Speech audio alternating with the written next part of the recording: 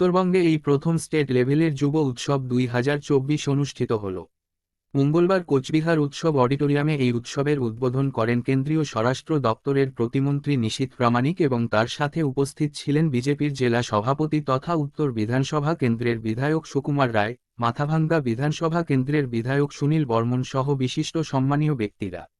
এদিনের শুভ উৎসবে 23টি জেলা থেকে যুবক যুবতীরা অংশগ্রহণ করেছেন।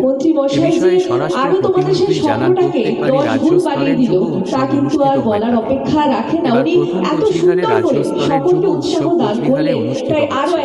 এতে অংশগ্রহণ করেন সমস্ত জেলার ব্লক স্তর থেকে রাজ্য স্তরের যুবক যুবতীরা। বিভিন্ন জেলার প্রথম, দ্বিতীয়, তৃতীয় যারা হয়েছে তারাই এই রাজ্য স্তরের যুব উৎসবের অংশগ্রহণ করছেন। এই উৎসব চলবে দুদিন ব্যাপী। আপনারা জানেন যে প্রত্যেক বছর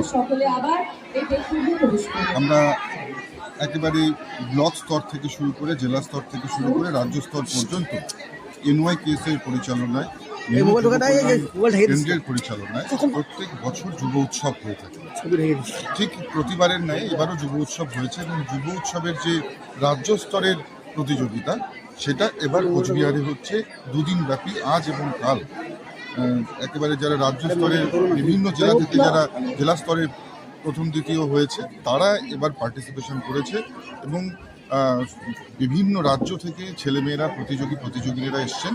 তারা দুদিন ব্যাপী বিভিন্ন প্রতিযোগিতায় অংশগ্রহণ করবেন এবং নিশ্চিতভাবে আজকের দিনটা 23শে জানুয়ারি নেতাজির জন্মদিন। আজকের দিনে এই উৎসবের শুভ সূচনা হয়েছে।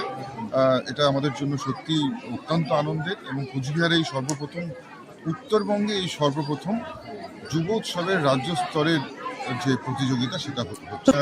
প্রায় প্রত্যেকটা জেলারই যারা প্রথম দ্বিতীয় তৃতীয় হয়েছে তারা এখানে এসেছেন। 23টি জেলার যারা প্রতিযোগিনী আছে তারা এখানে এসেছেন, তারা পার্টিসিপেট করবেন।